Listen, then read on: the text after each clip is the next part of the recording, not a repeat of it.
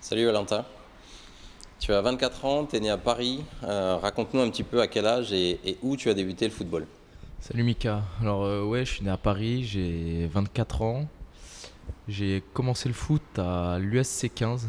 Je sais pas si ça existe encore, mais j'ai commencé là-bas, c'était mon père l'entraîneur. Donc plus de facilité à commencer le foot. J'ai commencé à 4 ans, donc un peu tôt, ouais.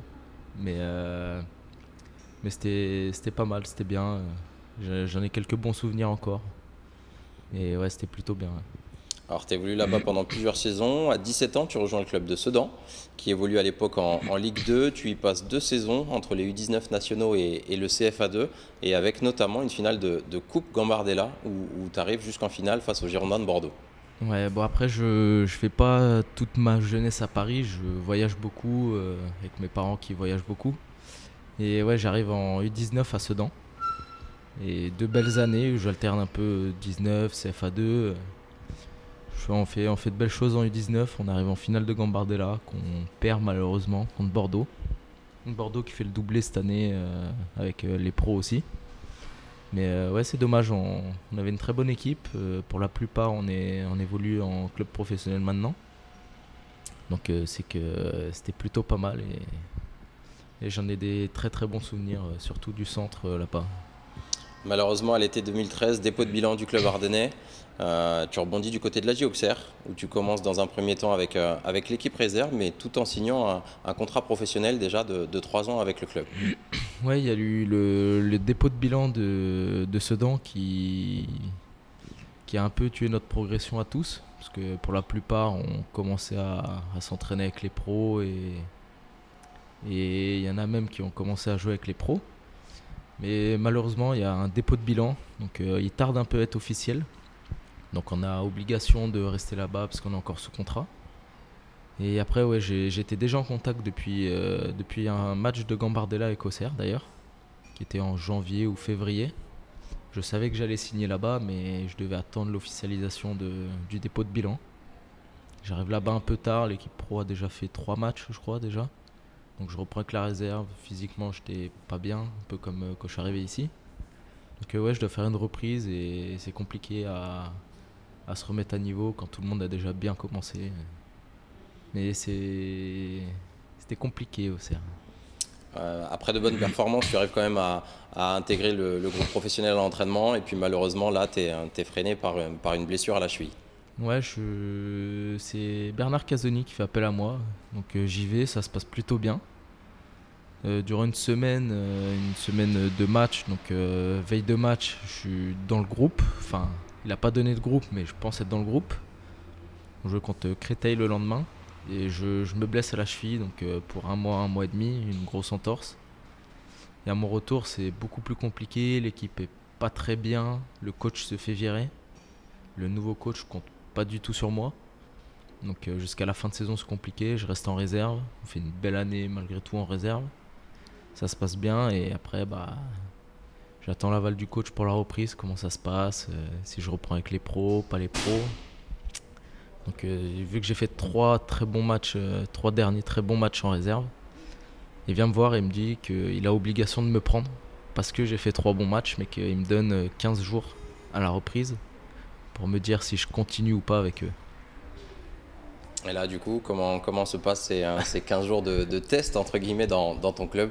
Ça a duré 3 semaines au final, puisque la première semaine, il ne l'a pas compté. Au bout de 3 semaines, réunion, on était 4-5 joueurs. Il en garde 2 qui étaient formés au club et 3, on repart en réserve. On n'était pas formés au club, donc est-ce qu'il y a quelque chose là-dedans? Avec OCR, c'est un peu bizarre. Mais les 3, on repart en réserve au bout de 3 semaines, sans raison valable. Donc ça fait un peu mal au crâne, mais après, c'est comme ça.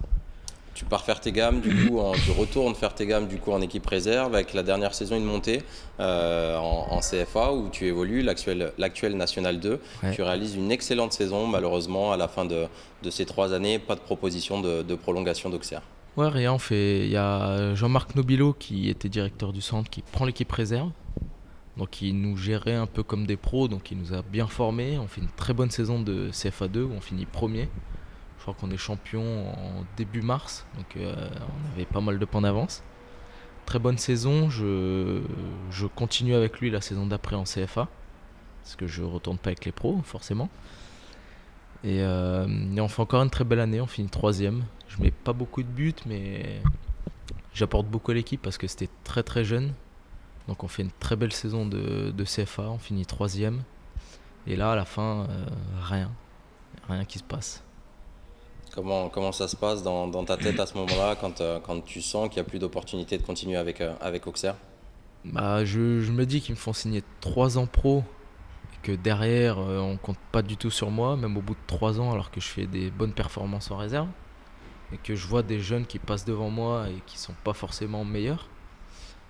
Après je baisse pas la tête, je me dis que ça va revenir, j'attends des propositions, je me dis qu'il va y en avoir parce que je fais des belles saisons, même si j'attendais pas Lyon, Paris ou quoi que ce soit, même des plus petites équipes. Et non, rien du tout jusqu'à début septembre, rien. Donc c'est compliqué, mais il faut pas baisser la tête. J'ai continué à travailler, même si tu étais là d'ailleurs, j'avais fait une reprise, j'étais prêt physiquement. C'était mieux que les autres années, mais c'est là où j'avais rien. Alors tu viens de le dire, le rebond est un petit peu difficile, aucune porte de club professionnel qui s'ouvre à toi. Et puis tu rejoins du coup finalement début septembre 2016 Annecy en National 2, un club amateur mais avec de réelles ambitions.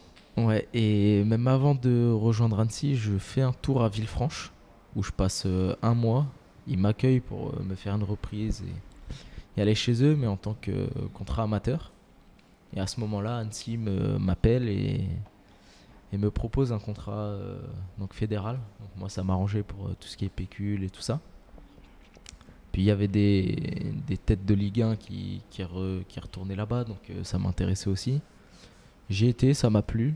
On a fait des belles choses ensemble là-bas, donc c'était très très bien. Puis retourner dans le monde amateur, ça forge un caractère, ça endurcit un joueur, donc c'est bien. C'est pas forcément négatif de retourner en amateur. Tu réalises 2 très belles saisons là-bas, tu te découvres même presque des talents de vrais buteurs puisque tu réalises une exceptionnelle saison avec 15 buts en 28 matchs de National 2 la saison dernière. Quel souvenir tu gardes de cette période avec Annecy? Que des bons souvenirs. Déjà ils m'ont accueilli avec ce que je voulais, donc c'était très bien, ils ont fait un très bon pas vers moi. Eux qui découvraient le National 2, ils venaient de monter. Je fais une première saison très belle avec une très bonne équipe, mais qui venait de monter, donc pas facile pour eux. On s'est battu, on finit troisième, pas très loin de la montée. J'ai une belle saison, mais pas forcément buteur, plus passeur cette année-là. Et chemin qui continue, on continue la saison d'après. Pas beaucoup de départs, quelques arrivées qui ont amené un plus à l'effectif, donc c'était bien, c'était important. Et là, ouais, cette année-là, transformation en buteur. Comment c'est arrivé, je sais pas, mais transformation en buteur. Mais beaucoup de buts, quelques passes D. On travaille bien, on loupe la montée de 1 point, c'est dommage. Mais on fait une très belle année, je garde des très bons souvenirs, que ce soit les joueurs, le staff, tout le monde, très très bien. Après cette très belle saison, tu es sollicité à nouveau par plusieurs clubs professionnels, tu décides de nous rejoindre. Une arrivée au Chamois qui aurait pu avoir lieu 1 an avant. Ouais, et beaucoup de sollicitations de plusieurs clubs de Ligue 2, quelques-uns de Ligue 1, mais il n'y a pas trop eu de suite. Mais ouais, j'aurais pu arriver 1 an plus tôt, donc c'est pour ça que j'ai choisi les Chamois d'ailleurs, parce que c'est quand un club te suit depuis 1 an, voire plus, c'est qu'il te veut vraiment.